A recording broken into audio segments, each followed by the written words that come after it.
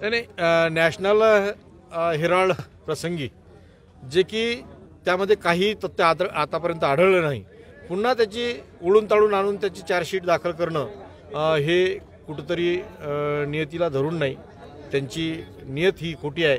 म्हणून वारंवार नॅशनल हेराल्डचं प्रकरण वारंवार 12-13 वर्षापासून सातत्यानं ते काढत आहे.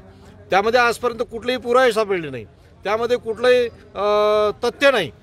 तरी पण पुन्हा काँग्रेसला कसं बदनाम करता येईल किंवा काँग्रेस कशी बॅकफूडवर जाईल या एकमेव राजकीय हेतूने प्रेरित होऊन हे चार्जशीट आता दाखल केली गेली आहे. चार्जशीट दाखल केली काय, पुन्हा कोर्टात आम्ही लढूच, कोर्टात काही निष्पन्न होणार नाही.